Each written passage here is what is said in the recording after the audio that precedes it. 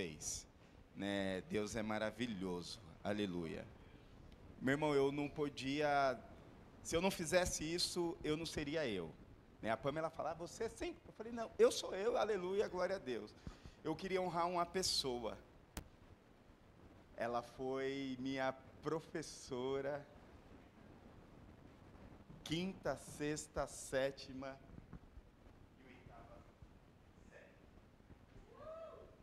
E algo especial, ela me entregou da oitava série.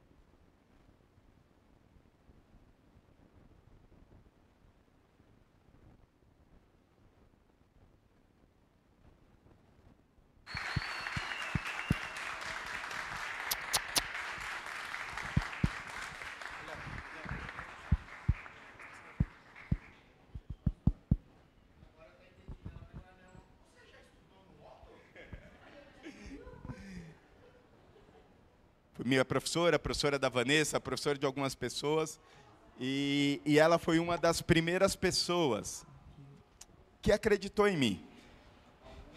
E ela falou para a Fê, um dia eu estava lá na escola pegando as crianças, ela bateu no meu ombro, você é o Roberto. E tanta coisa em comum, né? Ela é avó da Maria, da Helena e da Elô, a Maria está na sala da Maia, e a Helena e a Elô estão na sala do Zá, que são gêmeas também. Né, olha, tanta coisa em comum. E aí a Fê falou para ele é pastor. Ela falou assim, é só Jesus mesmo.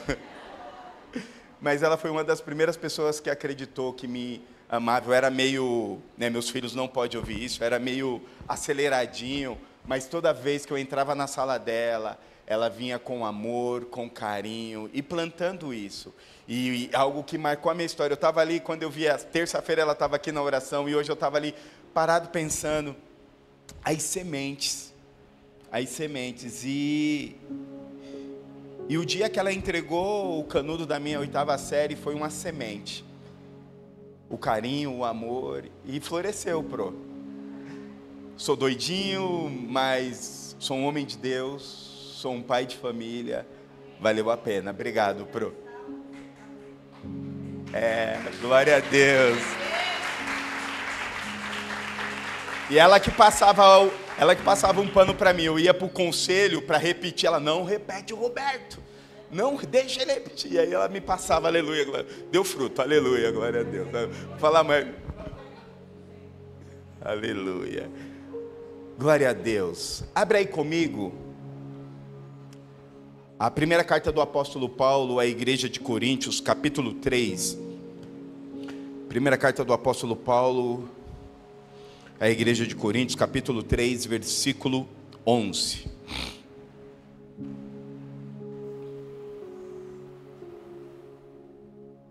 Amém? Se não achou, está na tela. Amém? A palavra do Senhor diz assim, porque ninguém pode colocar outro fundamento além do que está posto, o qual é Jesus Cristo. Amém? Feche seus olhos. Pai, obrigado por esta manhã, obrigado por tanta glória, por tanto testemunho. Senhor, nós poderíamos parar aqui, mas o Senhor ainda tem mais. Temos a mesa do Senhor, temos a ceia, a Santa Ceia, para celebrar aquilo que o Senhor era, aquilo que o Senhor é bom, para celebrar e profetizar que nós estamos te esperando. Maranata, nós estamos te esperando. Toda vez que nós sentamos à mesa, nós estamos dizendo, Senhor, estamos te esperando. Senhor, nós te louvamos e te agradecemos por tudo aquilo que o Senhor está fazendo, por tudo aquilo que o Senhor ainda irá fazer nesta manhã. Senhor, que hoje o Senhor possa liberar algo do céu. Nós repreendemos e anulamos qualquer investida do inimigo contra este momento, tudo aquilo que o Senhor tem para nós, ó Pai. Nós declaramos que o único Espírito que tem autoridade legal para agir neste momento é o Espírito Santo de Deus. Pai, nós te louvamos, que nós possamos sair daqui mais parecido com o Senhor. Gera algo só onde o Senhor pode gerar. Gera cura só onde o Senhor pode curar. Gera libertação só onde o Senhor pode tocar, ó Pai. É isso que nós te pedimos nesta manhã, em nome do Senhor Jesus. Amém e glória a Deus. Aleluia.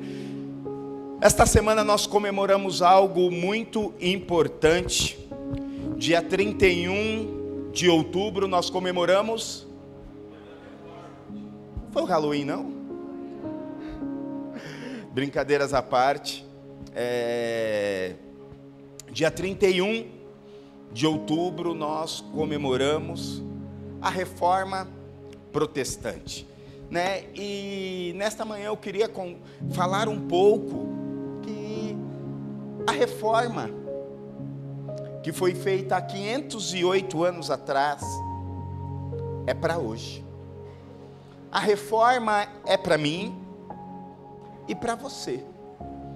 E eu gostaria de começar dizendo uma frase que surgiu lá na reforma e que perdura até hoje. Que a frase é a seguinte, que diz assim: uma igreja reformada sempre reformando.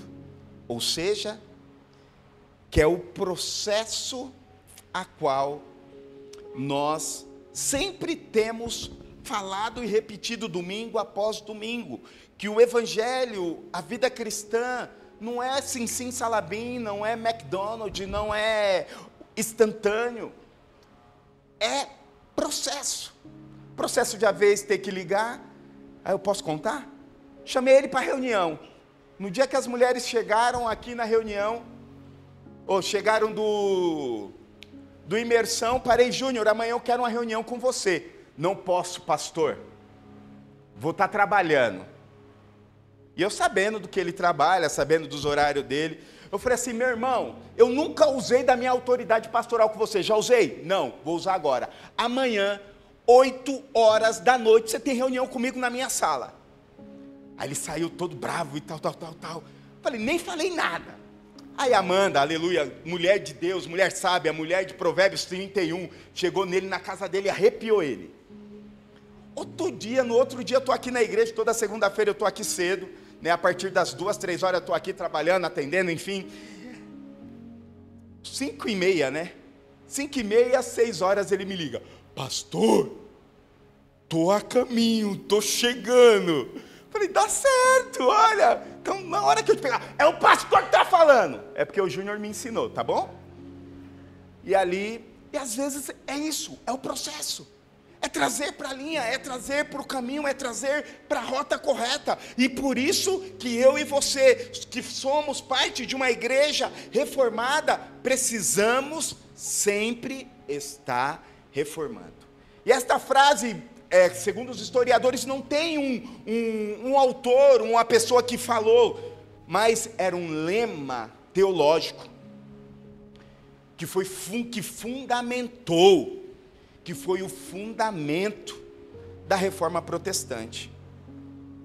E ela vem de uma frase, que esta frase é mais profunda, né? Porque ela diminuída fala uma igreja reformada sempre reformando, mas ela vem de uma frase que diz assim, que diz assim: a igreja reformada deve estar sempre reformando segundo a palavra de Deus. Uma igreja reformada deve estar sempre se reformando segundo a palavra de Deus. Isso me fez lembrar de um grande homem de Deus que marcou a história da igreja. A história, ele é pós-reforma, ele é antes da reforma, que se chama João Hus. João Hus, ele viveu aproximadamente 100 anos antes da reforma. E ele pregava, o ministério dele era da pregação da palavra, ele era um monge pregador, e ele tinha autoridade. E um dos pontos que ele dizia que a autoridade da igreja não pode estar acima da palavra de Deus. É o equilíbrio, meu irmão. Palavra, tudo que se diz cristianismo deve estar debaixo da palavra. E ele foi um dos homens que denunciou a corrupção no meio da igreja, o desvio do meio da igreja. denunciou o abuso do clero, denunciou o abuso da corrupção. E ele dizia algo poderoso, que a única maneira da igreja passar por uma reforma seria que todos os cristãos tivessem a palavra nas suas mãos. Porque naquela época, as únicas pessoas que tinham o poder, o controle da palavra, era o clero. Então, uma das grandes obras deste homem foi o quê? Traduzir a palavra para o inglês. E por causa da sua pregação, por causa do seu confronto, ele foi condenado como herege. E ele foi queimado vivo dia 6 de julho de 1415. E no momento da sua morte, e isso nos chama, eu já falei isso das outras vezes que eu preguei sobre a reforma, e no momento da sua morte, ele disse a seguinte frase: hoje vocês estão matando um ganso. Por que ganso? Porque us, na língua tcheca, que ele era descendente tcheco, significava ganso. Mas, ele continua, hoje vocês estão matando um ganso, mas daqui a 100 anos, Deus levantará uma águia que vocês não poderão queimar. Assim, 102 anos depois, dia 31 de outubro de 1517, Martim Lutero fixou as 95 teses na Basílica de Wittenberg, dando início à reforma. E nesta semana nós completamos 508 anos da reforma protestante. Quem foi Lutero?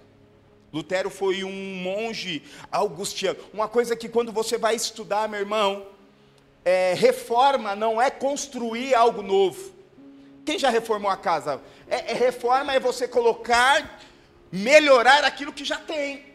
Então o grande objetivo de Lutero não foi montar uma nova igreja, não foi montar uma nova religião.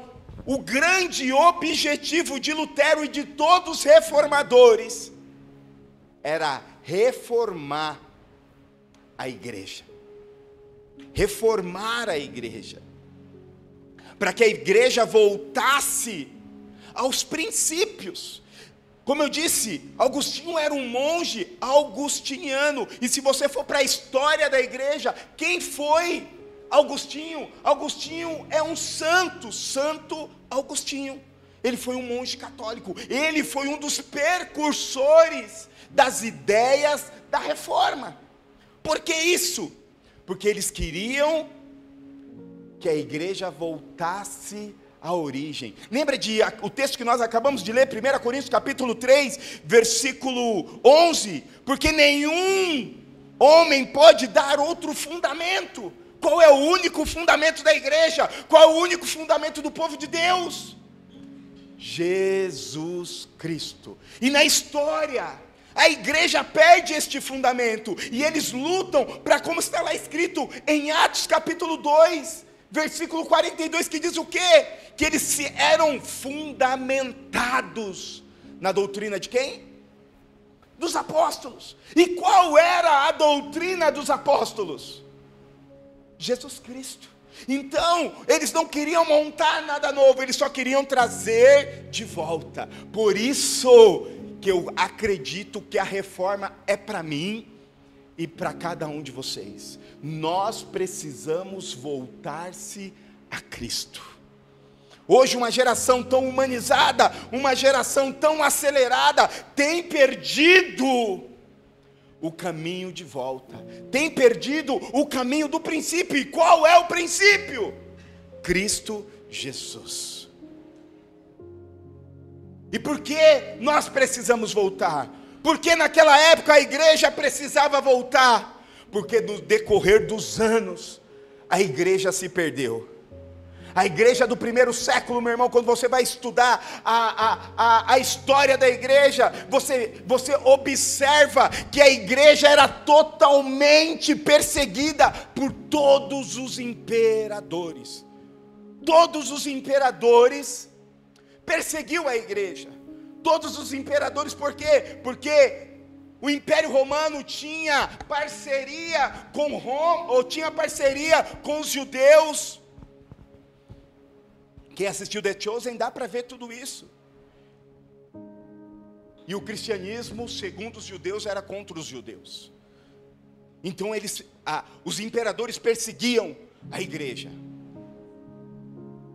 Quando nós vamos estudar, quando nós vamos ver a vida de Paulo, o maior pregador de todos os tempos, o maior cristão depois de Cristo de todos os tempos, o maior missionário, o maior teólogo, um dos maiores homens de Deus, como foi a última prisão dele?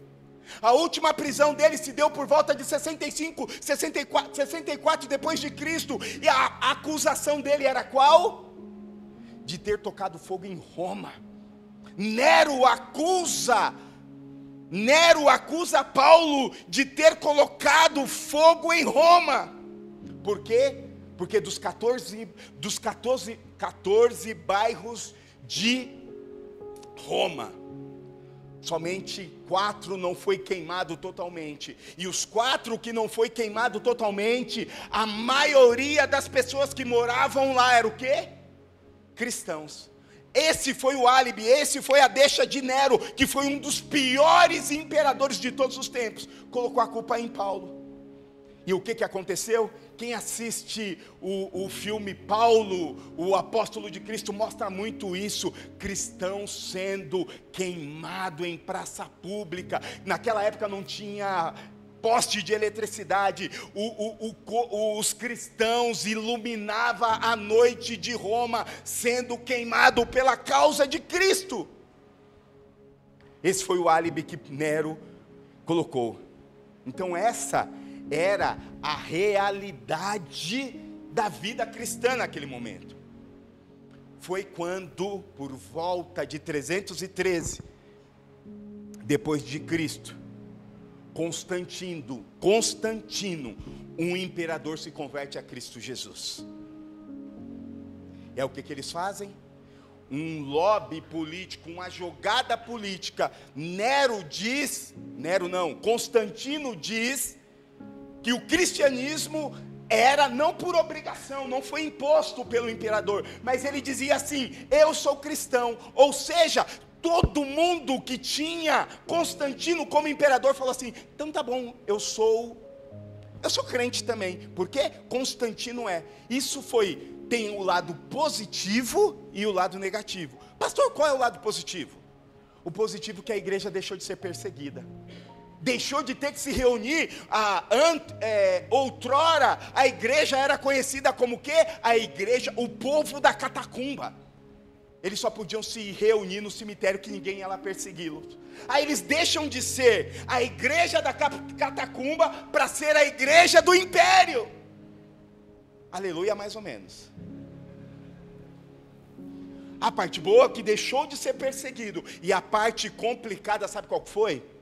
Que para ser cristão, não precisava mais se converter, não precisava mais se arrepender dos seus pecados, não precisava fazer como Nicodemos, nascer de novo. Era simplesmente dizer: eu sirvo a religião do imperador. E isso não é cristianismo. E por causa disso, a igreja se perdeu. E por causa disso, os reformadores diziam: nós precisamos voltar à origem. Nós precisamos voltar à essência.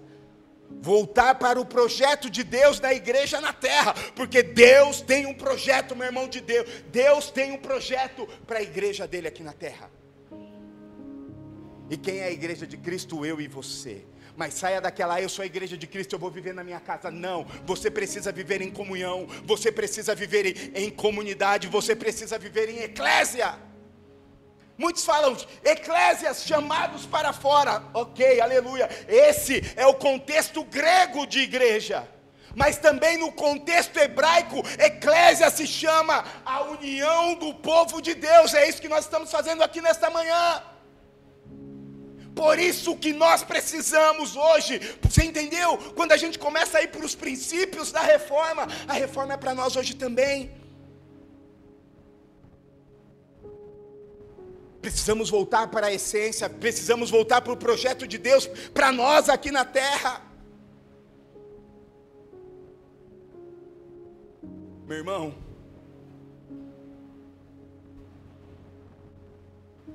obrigado, Nego. A reforma não é novidade. Reforma não tem a ver com parede preta. Porque hoje nós, a igreja contemporânea, só a igreja reformada, o que é parede preta?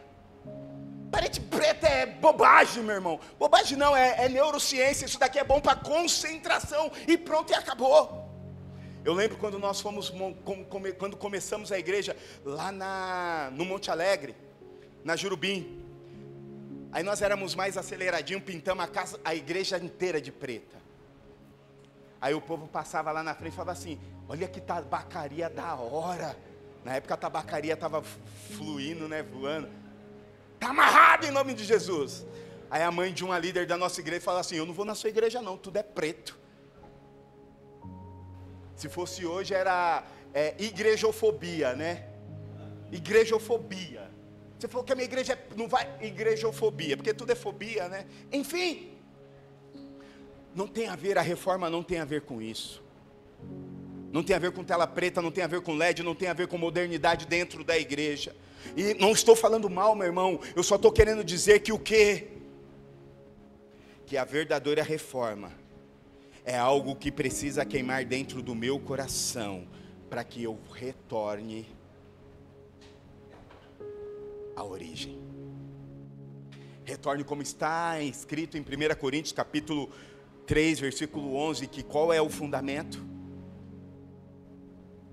Cristo. O fundamento não é a parede preta, o fundamento é Cristo. E é isso que nós temos observado, que tem se perdido no meio do povo de Deus, tem se perdido no meio da sociedade. E quais foram, dentre essas 95 teses a qual Martim Lutero pregou lá, qual foram as principais? E ali eles compilaram 5 pontos principais da reforma, que no latim é sola graça, sola Cristo, mas trazendo para a nossa realidade os 5 fundamentos são somente as Escrituras.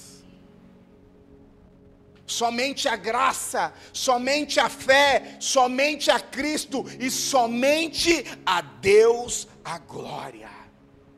Ou seja, esses são 5 pilares que traz Cristo para o centro. Ei, sabe qual é a grande reforma da minha vida e da sua vida? Que Jesus seja realmente o centro da sua vida. Esses 5 pilares nos lembram onde a igreja deve estar.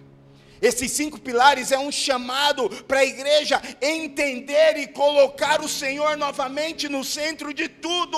É um resgate para mim e para você, voltar à essência. Quantos de nós temos perdido a essência no meio do caminho? Quantos de nós, muitas vezes, entramos e olhamos e paramos no meio das batalhas? E eu sempre digo aqui, meu irmão, você não foi feito, preste atenção nisso, pega isso no seu espírito. Eu e você não fomos feitos para morrer no deserto. Existe uma terra prometida para você, e quando eu e você olhamos para a palavra, quando eu e você olhamos para a reforma, Deus está nos instruindo: ei, existe algo poderoso para mim e para você, mas Cristo precisa ser o centro. Jesus está dizendo nesta manhã: ei, eu e você precisamos voltar para o centro. O centro do quê? Que Cristo seja Senhor da nossa vida.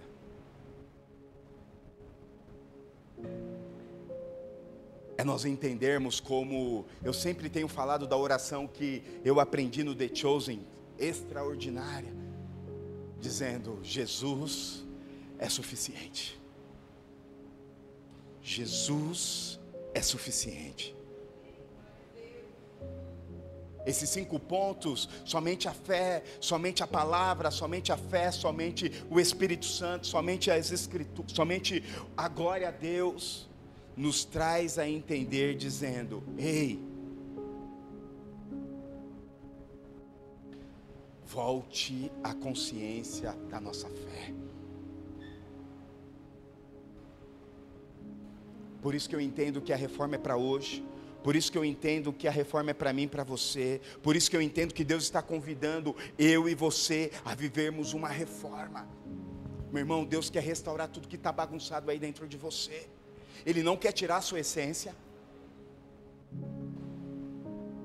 Porque muitas vezes as pessoas acham que, virei crente, acabou minha essência. Não, Ele quer melhorar, Ele quer tirar aquilo que é ruim e potencializar aquilo que Ele coloca de bom dentro de você. Uma das coisas extraordinárias que o Júnior falou aqui, meu irmão: não existe nada bom dentro de nós. Só existe algo bom na teologia coach, mas aqui na palavra de Deus diz que nós não temos nada bom. A única coisa de bom que temos dentro de nós é Cristo que coloca em nós. E é por isso que Ele está nos chamando a viver uma reforma. É natural, meu irmão, quando nós vamos olhar a história da igreja, de geração em geração, a igreja precisa passar por uma reforma.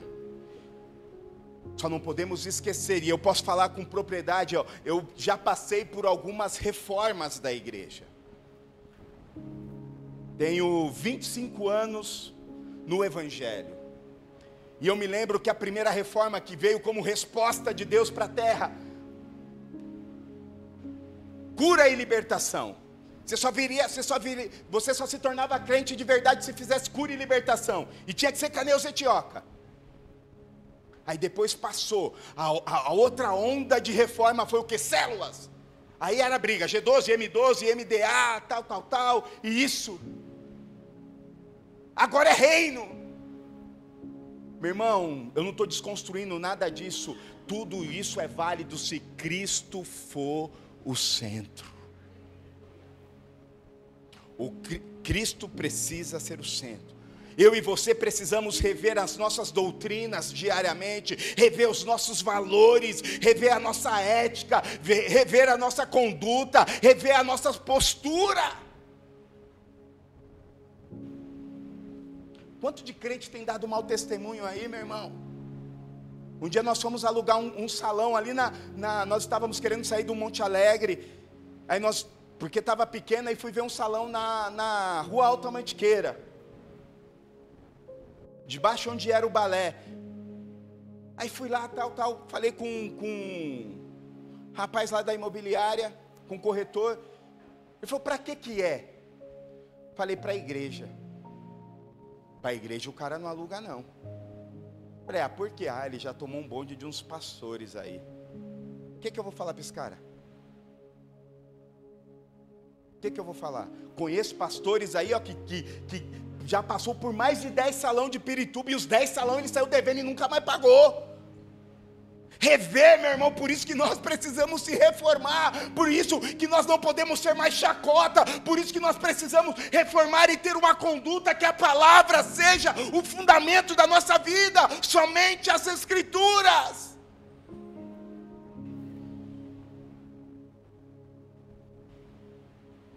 Precisamos analisar aquilo que nós estamos ensinando, analisar aquilo que nós estamos pregando, se está literalmente fundamentada. Meu irmão, a nossa oração é que cada um de vocês seja como os bereanos. Quem foi os bereanos? Os bereanos está lá em Atos. Os apóstolos iam pregar, sabe o que os caras faziam? Deixa eu ver se está fundamentado na palavra. Né, pastor Rafa? Nossa oração é para que a igreja seja bereana, que vá, eu estou falando aqui, os pastores estão falando aqui, vá para a palavra, isso tem sentido na palavra, isso fundamento na palavra, por isso que nós precisamos reformar, meu irmão, é voltar à palavra. Os altares precisam pregar a palavra, os altares precisam expressar a palavra, os altares precisam expor a palavra, não é técnica. Eu já falei aqui com todo respeito, com todo amor, com todo carinho. Eu tenho um problema com a teologia coach. Porque tudo é bom, tudo é lindo, tudo é maravilhoso. Um amigo meu foi numa reunião lá em Goiânia. Eu falo, o Rafael dá risada. Foi. Aí chegou, pastor, eu quero tomar um café com você. Eu falei, aleluia, glória a Deus, me chama para o café que eu gosto. Aí fui lá tomar um café com ele. Pastor, eu fui nesse evento, Deus mudou minha vida. Daqui a 3 meses eu vou ser milionário. Eu falei, aleluia, você vai dar o dízimo na igreja? Brincadeira. Que aquele que dá visão, já chegou alguns aqui querendo dar carteirada, meu irmão, aqui não tem carteirada não, meu irmão. Nós não precisamos do dinheiro, nós precisamos só de Jesus, porque nós entendemos aquele que dá visão vai dar provisão. E faz quantos anos, pastor? O Rafa, que é o pastor da matemática, quantos anos? Nós vamos completar agora? 11? Não, 11 anos. 11 anos que Deus dá provisão. 11 anos que Deus está. Nunca precisamos fazer campanha para pagar nada. Campanha do aluguel, não precisamos, aleluia, glória a Deus. Sabe por quê? Porque Deus é fiel. Esses dias o pastor Rafael chegou e falou, pastor, nós estamos gastando aproximadamente mais de 2 mil, né, pastor Rafa? Mais de 2 mil com os projetos sociais. Eu falei, problema teu, se vira e paga. Porque problema de dinheiro é tudo com o pastor Rafael. Aqui a gente é bem batista, meu irmão. O pastor nem sabe quanto tem na conta, o pastor não sabe nada. Só o pastor Rafael e a pastora Mica que são os administradores da igreja. Deus dá provisão, meu irmão. Jesus precisa ser o centro. Jesus precisa tocar no nosso caráter. Jesus precisa tocar na nossa conta bancária. Jesus precisa tocar na nossa família. E isso só vai acontecer quando nós entendermos que a minha vida e a sua vida precisa reformar todos os dias. E eu queria falar alguns pontos. O porquê a igreja hoje, porque eu preciso de reforma ainda hoje.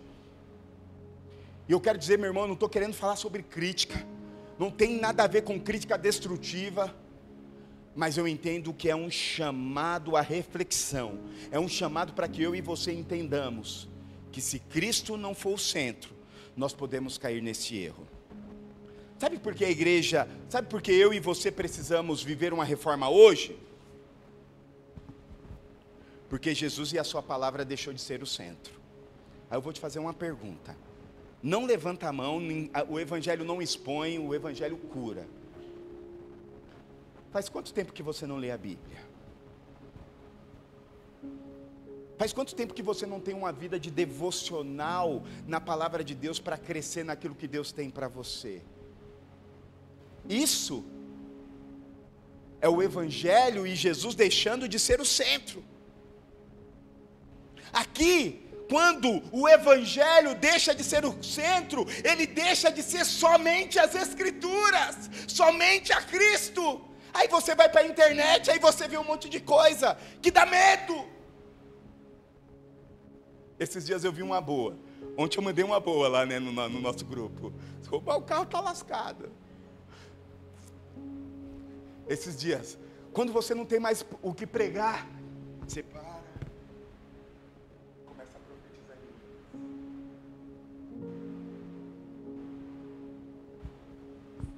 A palavra, meu irmão, a palavra precisa ser o centro. Eu e você precisamos urgentemente levar Jesus e a palavra de Deus ao centro das nossas vidas. Não existe, meu irmão, pega isso no seu espírito, não existe evangelho, não existe cristianismo se Jesus não for o centro. E hoje o que mais nós vemos é o homem no centro de tudo. A igreja cheia de gente, com homem no centro de tudo, tudo é para mim. Chego na igreja, o louvor, tá vendo? Só o teclado e a bateria, não gostei. Meu irmão, o culto não é para você, o culto é para Jesus. Você gostando ou não gostando, Ele vai ser adorado, Ele vai ser exaltado. Ele é o mesmo ontem, Ele é o mesmo hoje, e Ele é o mesmo eternamente. Você tem que entender que você não está aqui para receber nada, você está aqui para entregar. E Deus é tão bom, quando nós viemos e entregamos a nossa vida a Ele, Ele não deixa a gente sair de mão vazia. Ele não nos deixa sair de mão vazia.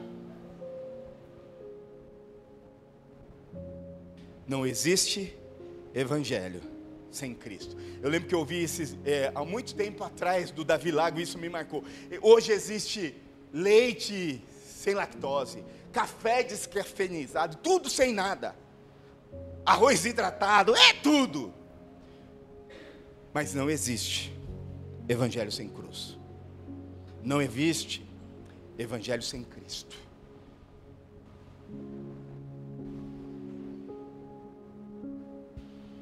E sabe o que faz Jesus ser o centro?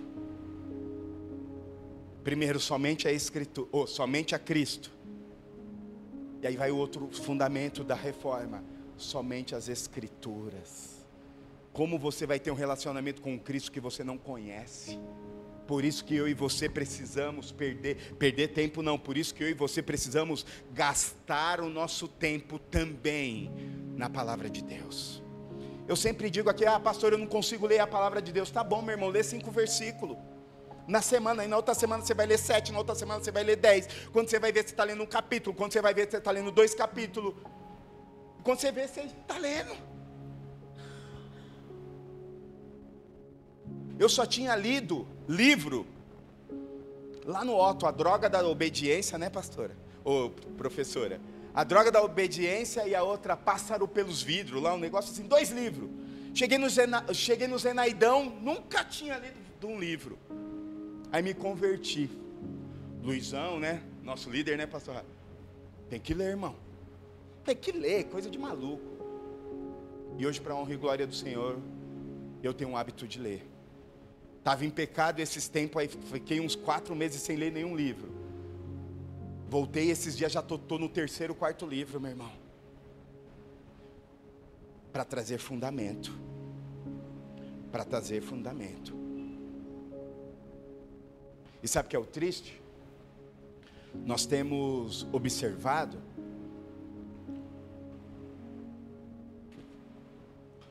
aqui não, aqui todo mundo é a top das igrejas. Melhor igreja do mundo, aleluia, eu recebo. Aqui não. Mas o que a gente tem percebido aí nas igrejas afora? Quantas igrejas, quantos cristãos, quantas pessoas têm se afastado das Escrituras? O máximo está aberto em Salmo 91 ou Salmo 24 ou 25. 23 aí, nenhum 20, é que eu estava indo decrescente, tá? 24 ou 25, 24, ia chegar no 23. Precisamos ter contato com a palavra de Deus. Sabe uma coisa que tem nos afastado e que nós precisamos, e isso é um dos pontos crucial, que eu e você precisamos de uma reforma? O liberalismo dentro da igreja. O liberalismo moral, o liberalismo teológico, o liberalismo ético. E sabe o que é o liberalismo, meu irmão? Foi um movimento dentro do cristianismo. Ele começa por volta do século XIX, que tem como objetivo, olha só, sabe qual era o principal objetivo do liberalismo dentro da igreja? É adaptar a fé cristã a filosofias modernas, a ciências, a ideia, ou seja, o humanismo se tornando o centro. Aqui já perdemos o quê? Somente Jesus o centro. Aí a gente vê dentro das igrejas, mas eu acho, pastor, pastor escuta de tudo. Não, mas a Bíblia foi escrita há muito tempo atrás, meu irmão. ela precisa ser atualizada, né? Ela precisa ser adaptada, né? Mesmo a palavra de Deus não precisa ser adaptada, porque meu pastor dizia que ela é mais atual do que as notícias de amanhã, do UOL, do Google, do sei lá o quê. Ela é poderosa. E aí, em vez de nós, como povo de Deus, se submeter à palavra de Deus, se submeter à vontade de Deus, nós vamos se submeter à nossa vontade. Aí você vai ver aqueles debates lá na internet e vai falar assim: não, mas essa é a sua verdade, a minha verdade é essa. Ei, a verdade não é uma ideia, a verdade não é subjetiva, a verdade é uma pessoa. Jesus Cristo diz: eu sou a verdade, eu sou o caminho, eu sou a vida. Há um monte de abestado falando: eu acho. Vai achando, vai achando. Não vou falar em respeito à professora, senão ela fala: tá vendo? Não mudou nada. Vai achando.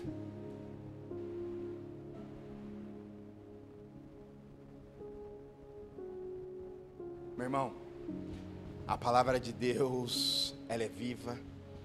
A palavra de Deus é inerrante. A palavra de Deus é a palavra de Deus. Ah, mas foi escrito por homens. A palavra de Deus diz que foram escritos por homens inspirados por Deus. Inspirado por Deus. Ela não pode ser atualizada, ela não pode ser nada. Tudo que tem tentado, infelizmente, está dentro do nosso cotidiano.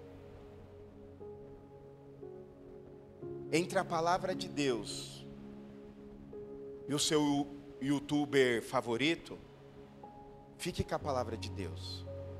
Um dia um jovem chegou em mim e falou assim: ah, pastor, mas meu professor falou que a Bíblia foi escrita, reescrita, e não tem a veracidade. Aí, você acredita na palavra ou no seu professor? Meu professor estudou. Falei assim: e a palavra estão tentando destruir há mais de 2000 anos e não consegue. Posso te dar uma dica? Fica com a palavra. Fica com as escrituras. Sabe uma outra coisa que eu tenho visto, meu irmão? É o sincretismo religioso. O que é sincretismo, meu irmão? É a mistura. As mandinga gospel, tudo. A palavra, ela sustenta, meu irmão. O Espírito Santo que convence. Um dia eu vi o pastor Rafa Silva falando algo top. Ele falou assim: glória a Deus, porque as televisão é de LED, de plasma agora. Eu falei: mas por quê? Porque agora não tem mais como pôr o copo d'água em cima. Não tem mais. Lembra que eu comecei dizendo: Cristo é suficiente? Meu irmão, eu não estou aqui desdenhando da sua fé. Talvez você está aqui e tenha essa fé. Eu estou querendo dizer que você precisa de uma reforma. E para a fé da palavra de Deus. E para as escrituras, que as escrituras vai te curar. As escrituras vai te libertar. As escrituras vai te levar para um lugar que você jamais imaginou. Foi o que fez aqui, você viu esses testemunhos maravilhosos que havia aqui. Não foi homem, não foi nada, foi Cristo. Somente Cristo.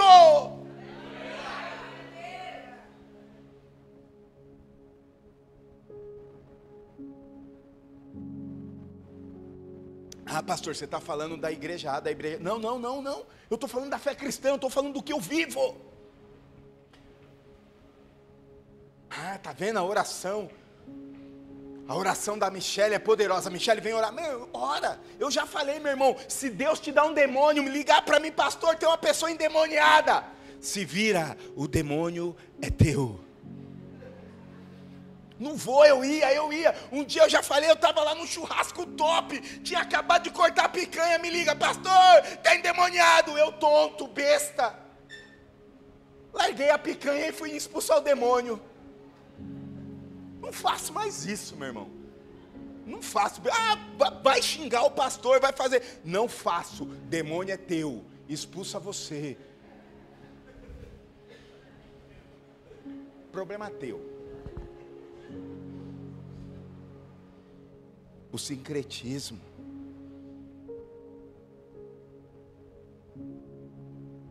A igreja das mandingas. Aí sabe o que Deus fala lá em Apocalipse capítulo 2, versículo 5?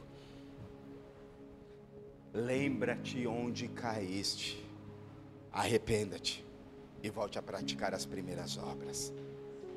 É Jesus nos instruindo, é Jesus nos lembrando que a reforma sempre, que eu e você sempre precisamos estar se reformando. Se reformando. E eu gostaria de terminar com algumas frases de grandes homens de Deus. Alguns desses passaram pela reforma, outros entenderam o que foi a reforma. Lutero disse assim: ao menos que eu seja convencido pelas Escrituras e pela razão clara, não posso e não irei me retratar. Aqui estou, não posso fazer outra coisa, que Deus me ajude. Sabe quando ele falou isso daí, meu irmão? Ele foi condenado e convocado a se retratar perante os imperadores da época, dizendo que as 95 teses dele era mentirosa e que não valia de nada. E aí ele diz essa seguinte frase: ao menos que eu seja convencido pelas Escrituras, eu me retratarei. Mas se não for por isso, eu continuo aqui. Que Deus me ajude. Charles Spurgeon, um dos maiores pregadores, o príncipe, conforme está escrito na história, ele diz assim: voltemos ao evangelho puro. E aí, é aí que está o poder da reforma. É o evangelho. Voltemos ao evangelho. Voltemos às Escrituras. Aqui nós amamos a palavra de Deus, meu irmão.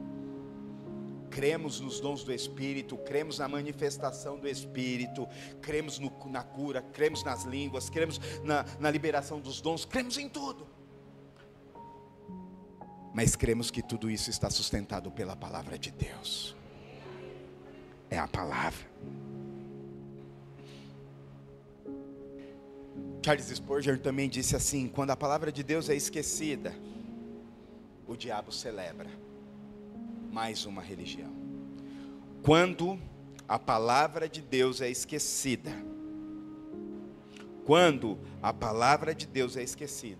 o diabo celebra uma nova religião. E ele termina dizendo, Charles Spurgeon: o avivamento virá quando a igreja voltar a pregar Cristo crucificado. Parece que está dizendo para quem? Charles Spurgeon viveu trocentos anos atrás. Está dizendo para hoje. Nós temos se perdido da palavra, meu irmão. Nós queremos uma palavra. Não vou lá naquela palavra, naquela igreja que a palavra confronta. Não, eu vou para o YouTube. Aí coloca lá, pregação sobre o que você quiser. E vai ter. Mas não é isso que te cura. O que te cura é a palavra, o que te cura é confronto. Brinquei com o Júnior, mais ou menos, né? Falei, vou te diagnosticar lá, como que é? Você não vai ser mais diácono. Peguei ele lá, ele chegou com medo, estava eu, pastor Rafa, pastor Fábio e pastor Rafa e Fábio. Ele falou, não pensei que era todo mundo não, meu. Tá aí voando. Isso é igreja. Isso é o evangelho no centro. Aí hoje, qualquer palavra contrária, qualquer direção que vai te trazer para a rota, você fica #magoado. Aqui não, aqui todo mundo é aleluia, glória a Deus.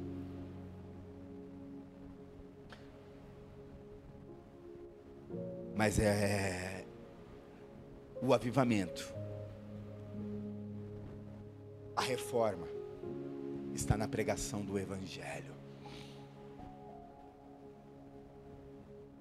John Wesley diz assim: se a Bíblia não for o fundamento de tudo, todo o edifício desaba. Onde está a sua estrutura? Hoje é muito fácil perder por dinheiro, perder por os status, perder por fama. Eu quero terminar com uma frase de Philippe Melanchthon. Foi um dos reformadores, foi parceiro do Lutero. Ele disse assim: a reforma começou com o Evangelho e só permanecerá viva enquanto o Evangelho for o centro. O que é o centro da sua vida? É a religião?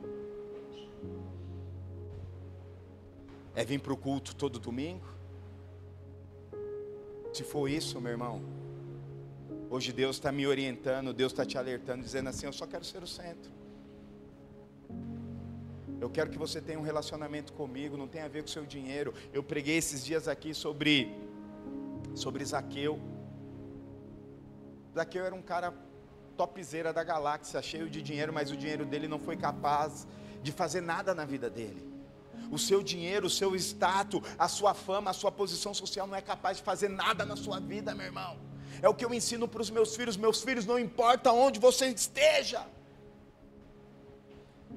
pé no chão e coração em Jesus Cristo. Pé no chão, entra onde você entrar, entra de cabeça erguida. Não menospreze ninguém, ame as pessoas, amar o Senhor teu Deus, amar o Senhor seu Deus sobre todas as coisas, e o próximo como a ti mesmo.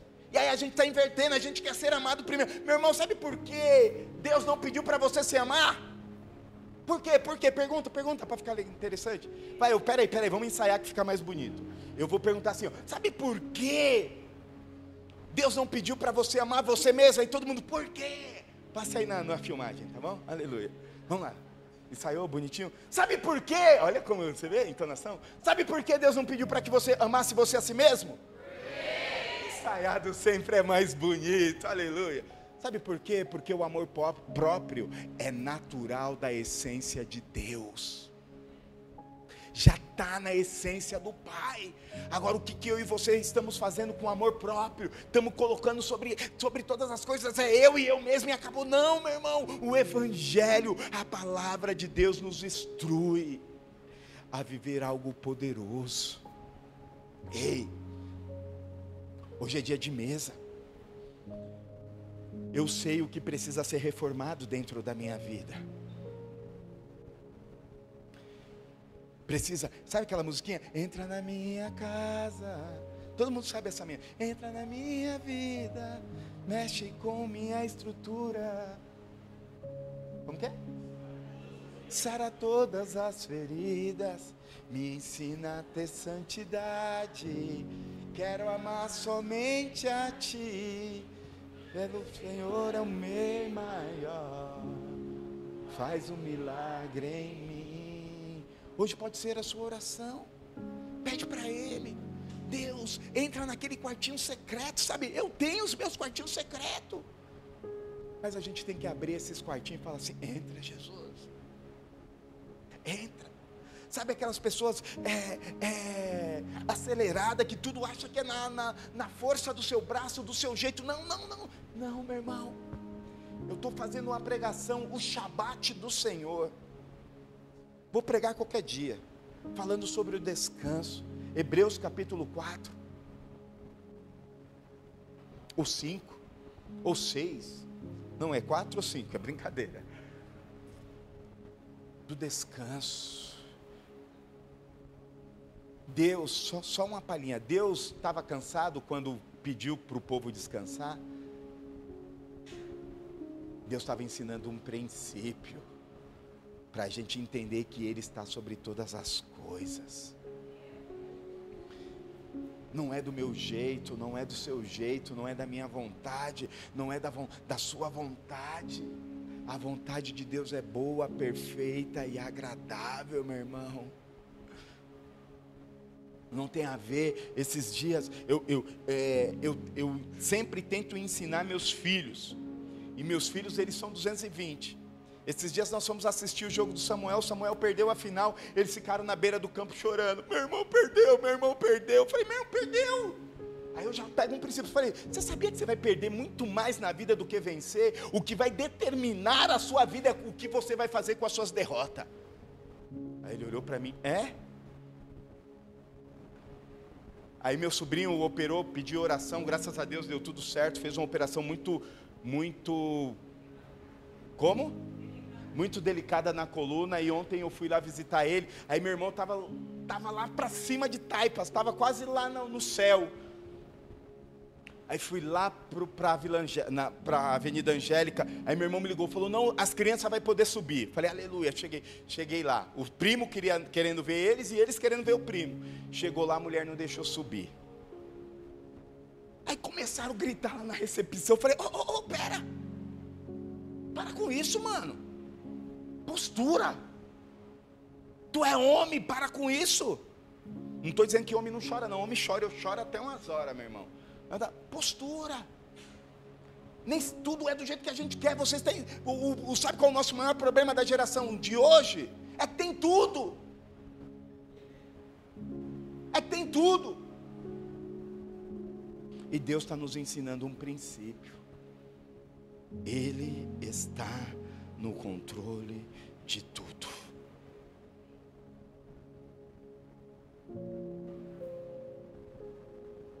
Deus está dizendo aqui nesta manhã para algumas pessoas, com todo temor e tremor, tem algumas áreas da sua vida que você precisa reformar. Tem algumas áreas da sua vida que você precisa de Jesus, precisa deixar Jesus entrar e fazer algo real e verdadeiro na sua vida. Deixa de religiosidade. Não é uma religião que morreu na cruz do Calvário, foi o Cristo Jesus. Mas minha mãe era assim, meu pai era assim, minha avó era assim, aleluia, glória a Deus, foi para eles. Deus está te apontando algo novo.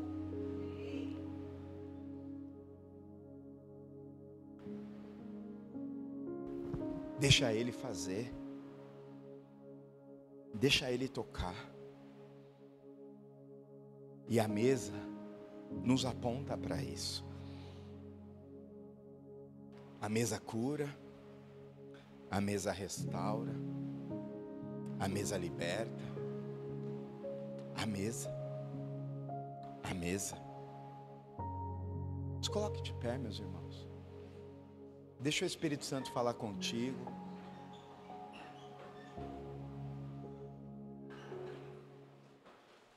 Hoje a mesa, Deus nos dá o privilégio de estar na mesa.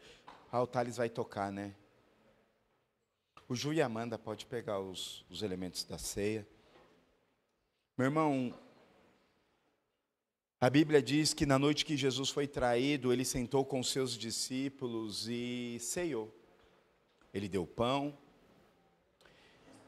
Ele deu vinho. E uma das coisas que me chama a atenção, Ele diz assim, fazei isso em memória de mim até que eu volte. Todos os meses e nós, a nossa cultura de igreja, temos a cultura de uma vez por mês, sentarmos à mesa.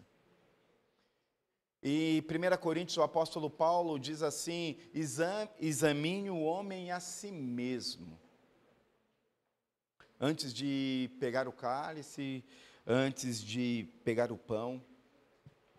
Eu vejo isso, não é Jesus excluindo ninguém da mesa, mas é Jesus dando a oportunidade de dizer, ei, a partir de hoje, existe algo novo na sua vida. A palavra de Deus hoje nos ensinou e nos instruiu que o fundamento é Cristo. O fundamento já foi posto. Eu não sei qual é o fundamento da sua vida. Eu não sei qual é o fundamento da sua história. Eu sei que Cristo está aqui. Eu não sei o que você precisa ser reformado, eu sei que eu preciso me reformar todos os dias.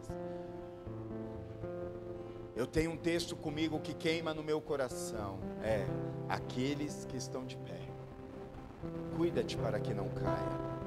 É todo dia, meu irmão.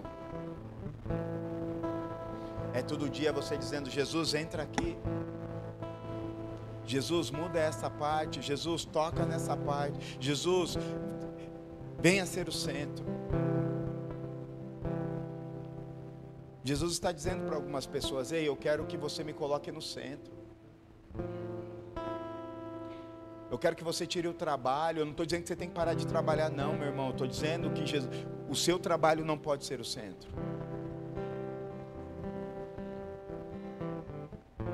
Status e fama. Jesus. É Jesus. E hoje na mesa o Senhor diz: eu te convido, meu filho. Eu te convido, talvez você esteja tão distante. Eu te convido a voltar à mesa, a desfrutar daquilo que Ele já planejou, aquilo que Ele já declarou sobre a sua vida. Ele te chama, Ele te cura, Ele levanta o cansado, Ele restaura o ferido.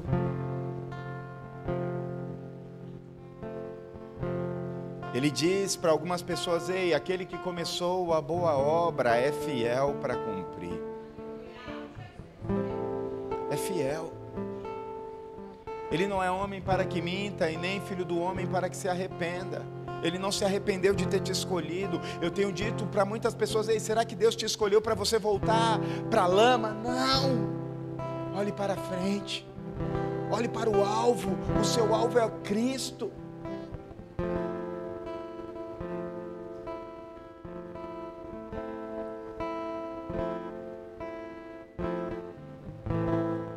Talvez você precise liberar perdão. Hoje você sabia que uma das coisas que mais prende a vida das pessoas, o emocional, o espiritual, até mesmo o físico, é falta de perdão, é falta de confessar pecado. A Bíblia diz: confessai os pecados uns aos outros para que seja curado. Ei, você não vai colocar os seus pecados nas suas redes sociais, mas chama um homem maduro, chama uma mulher madura de Deus e fala: ei, me ajuda. E Ele é fiel para te curar. E a mesa é isso. É isso. Pai, nós te damos graça pela mesa. Nós te agradecemos pelo privilégio de sentarmos à mesa. Obrigado pelo pão, obrigado pelo vinho. Obrigado pelo privilégio de dizermos: aqui estamos mais uma vez dizendo: volta logo, Jesus.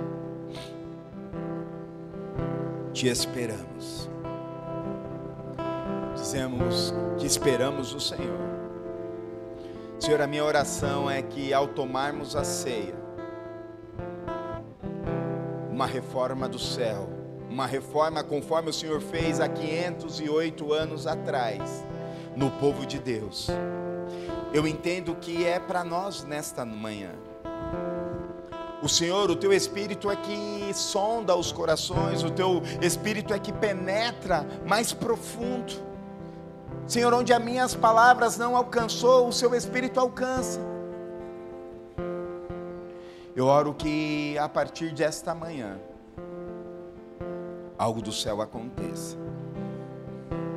Milagres. Aqui nós vimos quantos e quantos milagres. Milagres de cura de câncer, milagres de depressão, milagres de várias maneiras. Senhor, o Senhor é o mesmo ontem, o Senhor é hoje. Pai, nós oramos para que ao tomarmos a ceia, milagres físicos sejam liberados nesta manhã. Milagres emocionais sejam liberados nesta manhã. Milagres espirituais sejam liberados nesta manhã.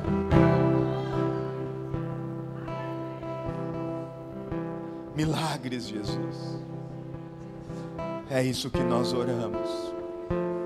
Faz de novo. Faz de novo. Nós vamos ler. Quando esta canção é tocada, pegue o seu elemento da ceia.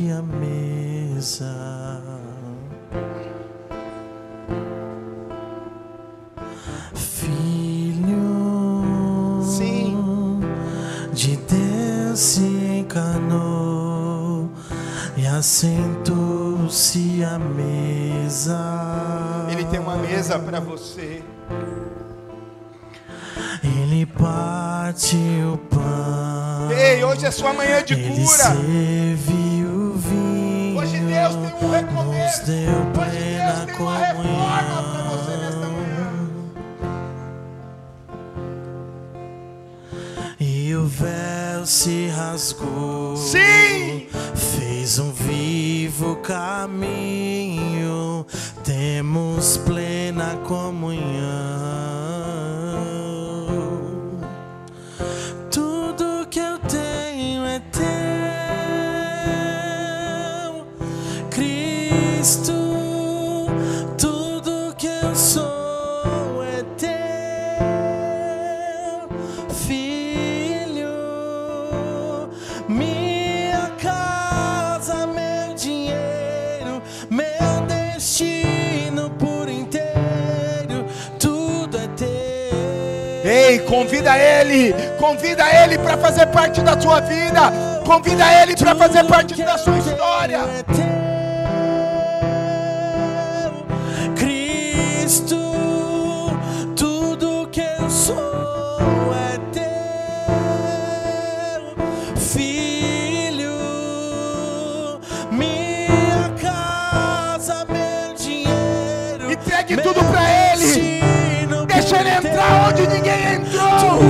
Deixa ele te curar nesta manhã. Deixa ele fazer na sua história nesta manhã.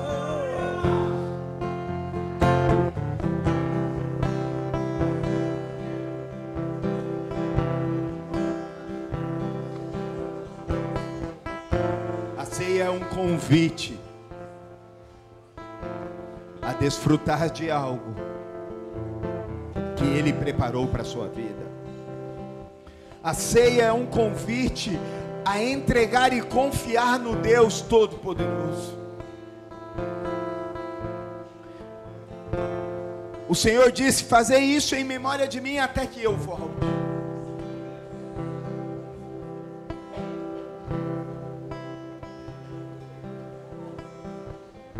Fecha seus olhos, fale um instante com Ele. Seja sincero com Ele, fale o que está aí dentro do teu coração.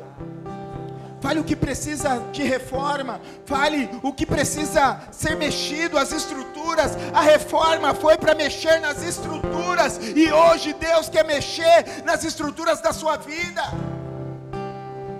Hoje Deus quer mexer nas estruturas da sua história.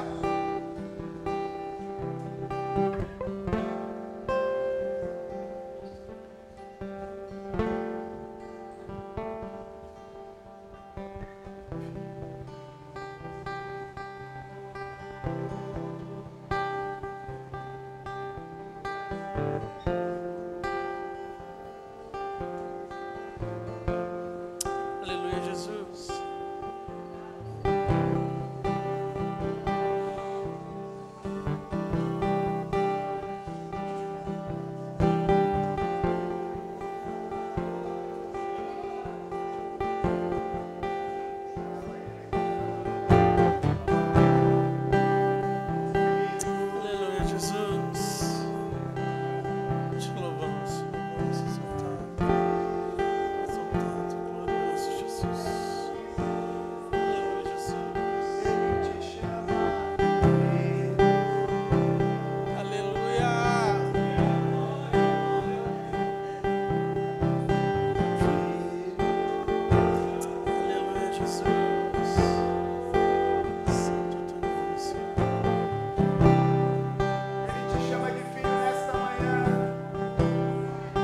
Ele te chama de filha nesta manhã. Ei, talvez no mundo você é aquilo que você tem, mas no reino de Deus, Ele te diz: eu não quero, eu não me importo com nada, eu só quero o seu coração. E nesta manhã eu te chamo filho, filho, filho, filha, filho, filha, filha. Eu te amo, eu te quero, eu te desejo, eu te restauro, eu te reformo. Filho, filho, filho.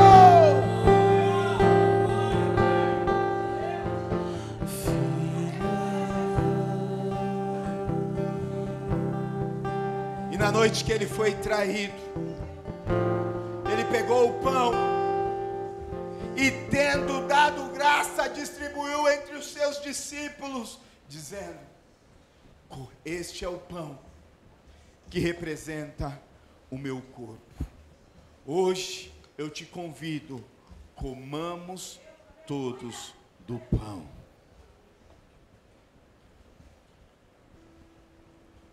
Da mesma forma, ele pegou o cálice e deu graça e disse: este é o cálice da nova aliança. Este é o cálice de um novo tempo. Hoje eu declaro que este é o cálice de uma reforma de Deus na sua vida. Hoje eu declaro que é o cálice de algo novo. Hoje eu declaro que é o cálice do fundamento da palavra, é o cálice do fundamento de Cristo, é o cálice do fundamento das Escrituras, do Espírito, é o cálice de somente a Cristo a glória. Eu oro nesta manhã para que uma reforma de Deus comece na sua vida. Tomemos todos do cálice.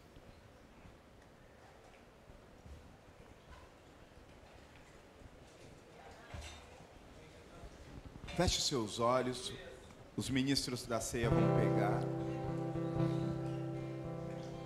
Esta canção vai continuar tocando.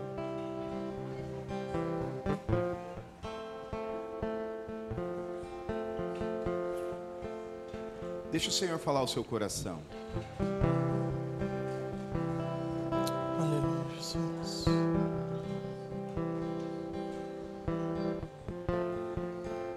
Senhor Jesus, obrigado por esta manhã. Cristo, manso e humilde, assentou-se à mesa. Filho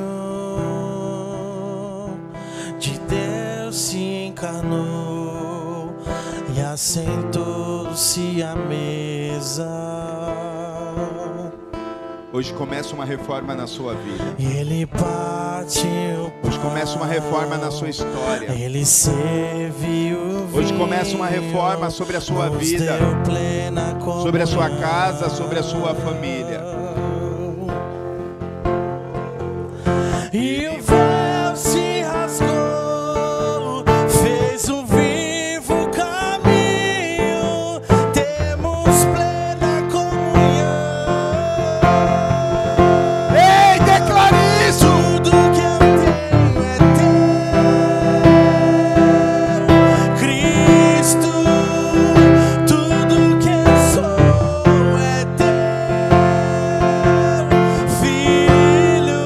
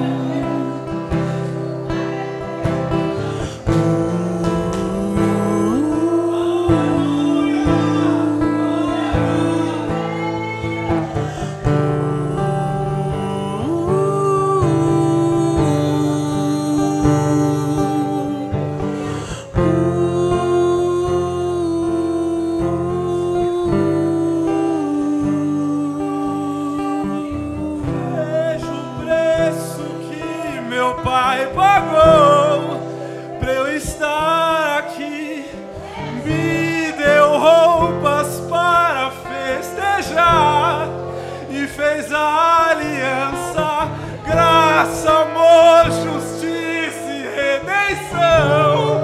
Que banquete preparou pra mim.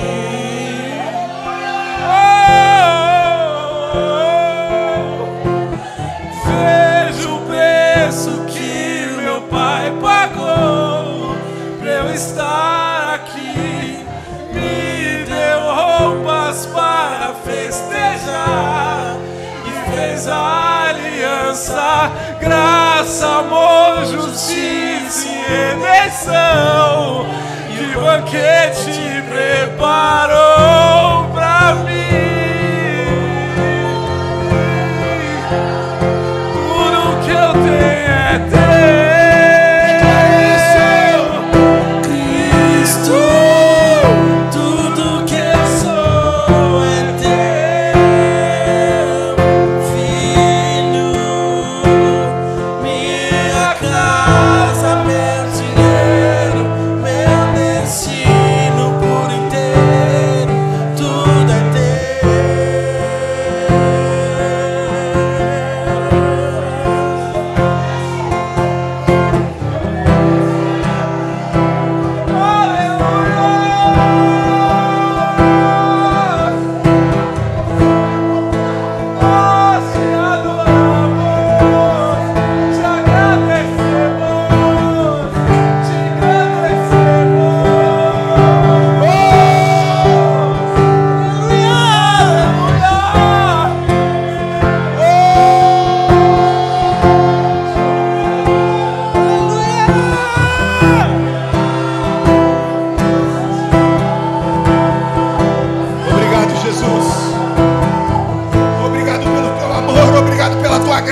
Obrigado por esta manhã.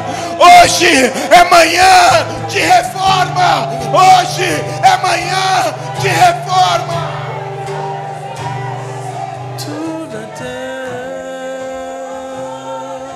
Pega na mão do seu irmão que está ao seu lado. Obrigado, Jesus, por esta manhã. Obrigado porque o Senhor é bom e a sua misericórdia dura para sempre. Nós como igreja cantamos isso. Minha casa, meu dinheiro, meu destino por inteiro, tudo é teu. Aleluia! Tudo que eu tenho é teu, Cristo. Tudo que eu sou é teu, Filho. Minha casa, meu dinheiro, meu destino por inteiro, tudo é teu.